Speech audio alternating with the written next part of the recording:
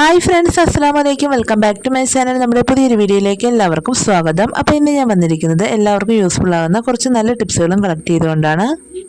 അരി വേവിച്ചെടുക്കുന്ന സമയത്ത് ഇതൊരൽപ്പം ചേർത്ത് നോക്കൂ. എങ്കിൽ തടി കുറയ്ക്കാനായിട്ടും ഡയറ്റിങ്ങിനായിട്ടും നിങ്ങൾക്ക് ചോറ് ഒരിക്കലും ഒഴിവാക്കേണ്ടി വരില്ല. നമ്മുടെ അടുക്കളയിൽ എപ്പോഴുമുള്ള 1-2 സാധനങ്ങൾ മാത്രമാണ് നമുക്കിതിനായിട്ട് ആവശ്യമുള്ളത്. അതുപോലെ റേഷനരിക്ക് മണമാണ്, കളറില്ല, കുക്ക് ചെയ്യുന്ന സമയത്ത് കുഴഞ്ഞു പോവുകയാണ് എന്നൊക്കെ പറഞ്ഞ് റേഷനരി ഒഴിവാക്കുന്നവരുണ്ട്. അങ്ങനെയുള്ളവരൊക്കെ ഈ വീഡിയോ ഒന്ന് കണ്ടു നോക്കിക്കോളൂ. അതുപോലെ എല്ലാവരും ഇഷ്ടപ്പെടുന്ന ഒരു ഫുഡ് തന്നെയാണ് പപ്പടം. എണ്ണയുടെയൊക്കെ വില കൂടിയത് മൂലം ഇത് കഴിക്കുന്നത് പരമാവധി എല്ലാവരും കുറച്ചിട്ടുണ്ട്. എന്നാൽ ഇനി ഒരു തുള്ളി എണ്ണ പോലും ഇല്ലാതെ എത്ര പപ്പടം വേണമെങ്കിലും വളരെ ഈസി ആയിട്ട് പൊരിച്ചെടുക്കാനായിട്ട് സാധിക്കും. തീർച്ചയായിട്ടും എല്ലാവർക്കും യൂസ്ഫുൾ ആകുന്ന നല്ല ടിപ്സുകളാണ് ഞാനിവിടെ കാണിച്ചിട്ടുള്ളത്. സ്കിപ്പ് ചെയ്യാതെ മുഴുവനായിട്ടും കണ്ടു നോക്കുക.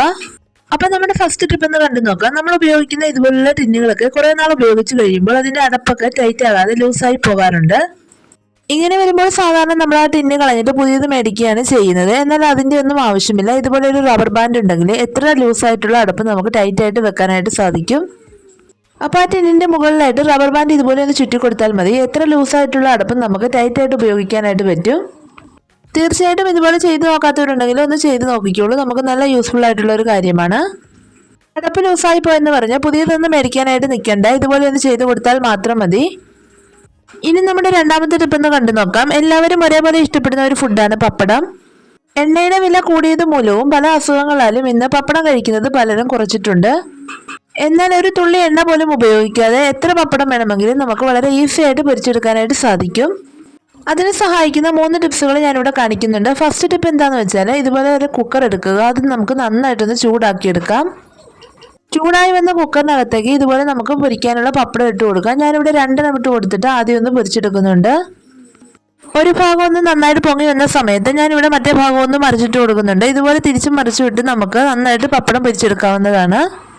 കുക്കറിന് പകരം നമുക്ക് മൈക്രോവേവ് ഓവനാണെങ്കിലും ഇതിനായിട്ട് ഉപയോഗിക്കാവുന്നതാണ്. എണ്ണയൊട്ടും ഉപയോഗിക്കാൻ പറ്റാത്തവർക്ക് പപ്പടം കഴിക്കാനായിട്ട് ആഗ്രഹമുണ്ടെങ്കിൽ ഇതുപോലെ ഒന്ന് ചെയ്ത് നോക്കിയാൽ മതി. ഒരു തുള്ളി എണ്ണ പോലും ആവശ്യമില്ല. നമുക്ക് കുക്കറിൽ വളരെ ഈസി ആയിട്ട് തന്നെ പപ്പടം പൊരിച്ചെടുക്കാനായിട്ട് പറ്റും.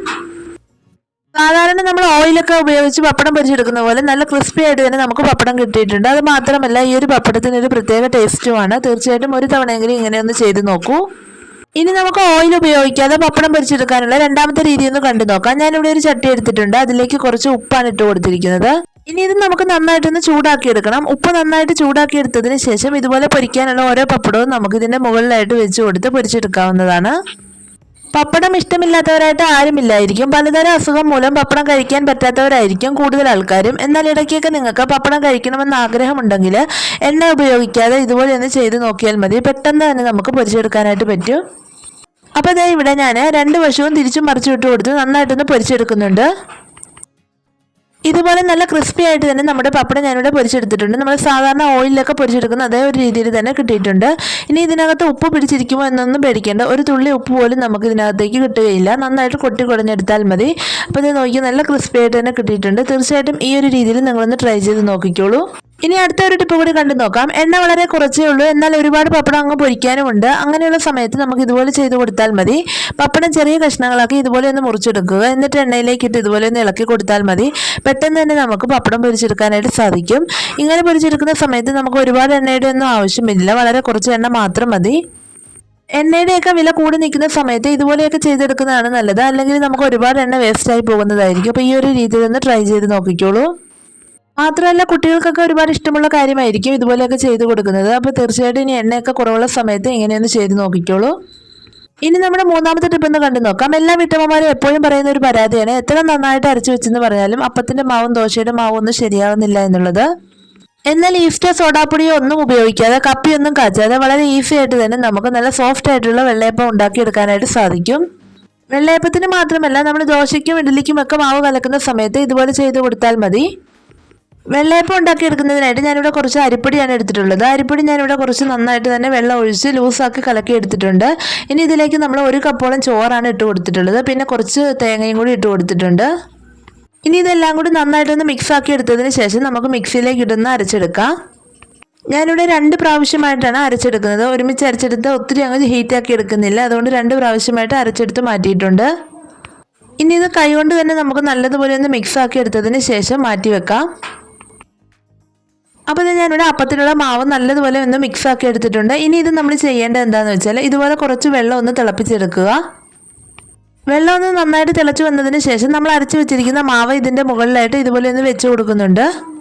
നമ്മൾ അപ്പത്തിന് മാവരയ്ക്കുമ്പോഴും ദോശയ്ക്കും ഇഡലിക്കും ഒക്കെ മാവരയ്ക്കുന്ന സമയത്ത് ഇതുപോലെ ഒന്ന് ചെയ്ത് കൊടുത്താൽ മതി. ഈസ്റ്റോ സോഡാപ്പൊടിയോ കപ്പിയോ ഒന്നും കാച്ചേണ്ട നല്ല പെർഫെക്റ്റ് ആയിട്ടുള്ള വെള്ളയപ്പം ഉണ്ടാക്കിയെടുക്കാനായിട്ട് പറ്റും. ഈ ഒരു സ്റ്റെപ്പ് നിങ്ങൾ സ്കിപ്പ് ചെയ്യാതെ തന്നെ ചെയ്യണം. ഇനി ഇതൊരു 4 മണിക്കൂറോളം നമുക്ക് മാറ്റി വെക്കാം, അതിനുശേഷം എടുക്കാവുന്നതാണ്. അപ്പോൾ ഞാനിവിടെ മാവ് 4 മണിക്കൂറോളം മാറ്റി വെച്ചിട്ടുണ്ടായിരുന്നു. അതിനുശേഷം എടുത്തിട്ടുണ്ട്. നല്ല സെറ്റായിട്ട് തന്നെ കിട്ടിയിട്ടുണ്ട്. ഇനി ഇതിനകത്തേക്ക് നമ്മൾ വേറെ ഒന്നും തന്നെ ചേർക്കുന്നില്ല. ഒരല്പം ഉപ്പ് മാത്രം ചേർത്തിട്ട് ഒന്ന് ഇളക്കി കൊടുക്കുന്നുണ്ട്. സാധാരണ നമ്മൾ ഒരുപാട് സാധനങ്ങളൊക്കെ ചേർത്തിട്ടാണ് ഒരു വെള്ളയപ്പം ഉണ്ടാക്കിയെടുക്കുന്നത്. എന്നാൽ ഇതുപോലെ നിങ്ങളൊന്ന് ചെയ്ത് നോക്കിക്കോളൂ. നമ്മൾ അരിപ്പൊടി കൊണ്ട് ഉണ്ടാക്കുമ്പോൾ മാത്രമല്ല പച്ചരി ഉപയോഗിച്ച് അപ്പം ഉണ്ടാക്കിയെടുക്കുന്ന സമയത്തും ഇതുപോലെ തന്നെ ചെയ്ത് കൊടുത്താൽ മതി. ഇനി ഇത് ഞാൻ ഒരെണ്ണം ഇവിടെ ചുട്ട് കാണിക്കാം എത്രത്തോളം നല്ല സോഫ്റ്റായിട്ട് കിട്ടുന്നുണ്ട് എന്ന്.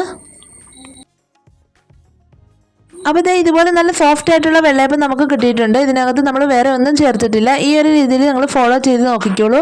അപ്പവും ദോശയും ഇഡലിയും ഒക്കെ നല്ല സോഫ്റ്റ് ആയിട്ട് തന്നെ നമുക്ക് ഉണ്ടാക്കിയെടുക്കാനായിട്ട് പറ്റും. ഇനി നമ്മുടെ അടുത്തൊരു ടിപ്പ് കണ്ടു നോക്കാം. എല്ലാ മലയാളികളും ഏതൊരു സമയത്തും ഒരേപോലെ ഇഷ്ടപ്പെടുന്ന ഒരു ഫുഡാണ് ചോറ്. ഏതൊരു നാട്ടിൽ ചെന്നാലും നമ്മൾ കഴിക്കാൻ ആഗ്രഹിക്കുന്നത് ചോറായിരിക്കും.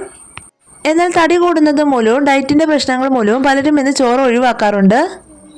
എന്നാൽ അരി വേവിക്കുന്ന സമയത്ത് ഇതുപോലെ ചെയ്തു കൊടുക്കുകയാണെങ്കിൽ എത്ര ചോറ് കഴിച്ചാലും ഇനി തടി വെക്കുകയില്ല. അതുമാത്രമല്ല ഈ ഒരു രീതിയിൽ നിങ്ങൾ ചോറ് വെക്കുകയാണെങ്കിൽ ഗ്യാസ് വേഗം തീരുകയുമില്ല. അതുപോലെ സമയവും ലാഭിക്കാനായിട്ട് പറ്റും.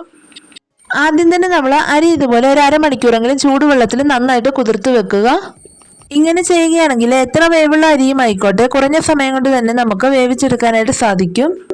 അതുപോലെ ശ്രദ്ധിക്കേണ്ട ഒരു കാര്യമാണ്, വെള്ളം നന്നായിട്ട് ചൂടായി വന്നതിന് ശേഷം വേണം അരി ഇട്ട് കൊടുക്കാനായിട്ട്.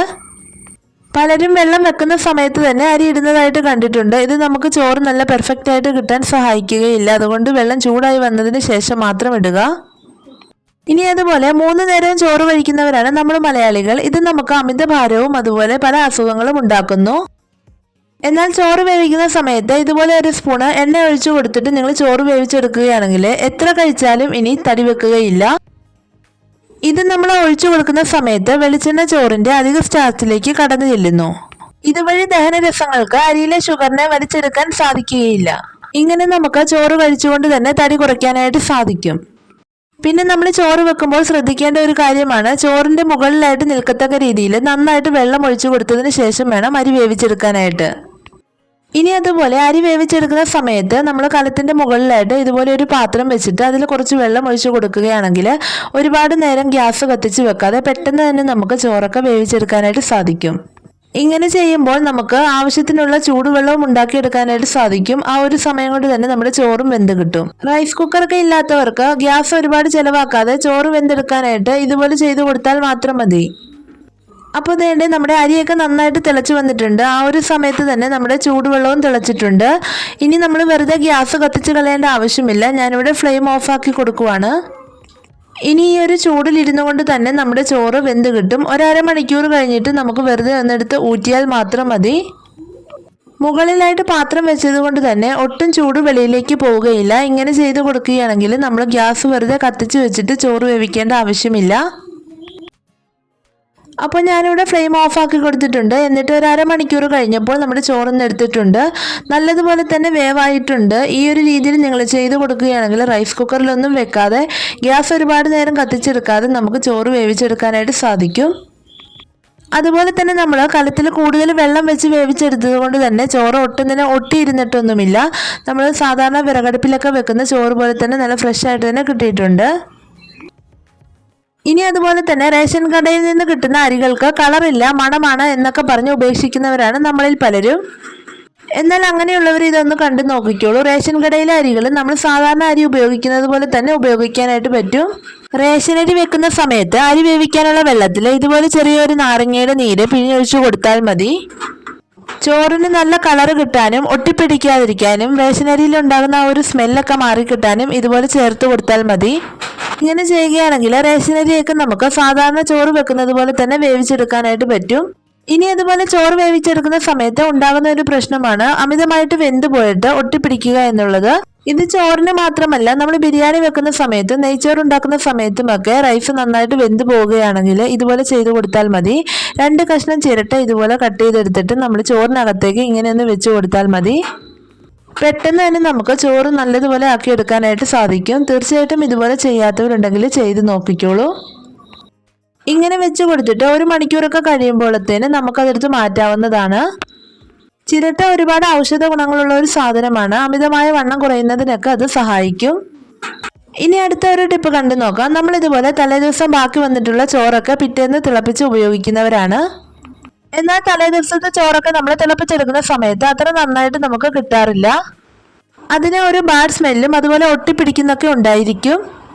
അങ്ങനെ വരുമ്പോൾ സാധാരണ നമ്മൾ തലേദിവസത്തെ ചോറ് എടുത്ത് കളയുകയാണ് ചെയ്യുന്നത്. എന്നാൽ ഇനി മുതൽ നിങ്ങൾ അങ്ങനെ ചെയ്യേണ്ട, ഇതുപോലെ ചെയ്തു കൊടുത്താൽ മതി. തലേദിവസത്തെ ചോറൊക്കെ നമുക്ക് നല്ലതുപോലെ തന്നെ ഉപയോഗിക്കാനായിട്ട് പറ്റും. ആദ്യം ഞാനിവിടെ കുറച്ച് വെള്ളം എടുത്തിട്ടുണ്ട്. അതിലേക്ക് ഒരല്പം ഉപ്പിട്ട് കൊടുക്കുന്നുണ്ട്. എന്നിട്ട് ഇത് നന്നായിട്ടൊന്ന് തിളപ്പിച്ചെടുക്കാം.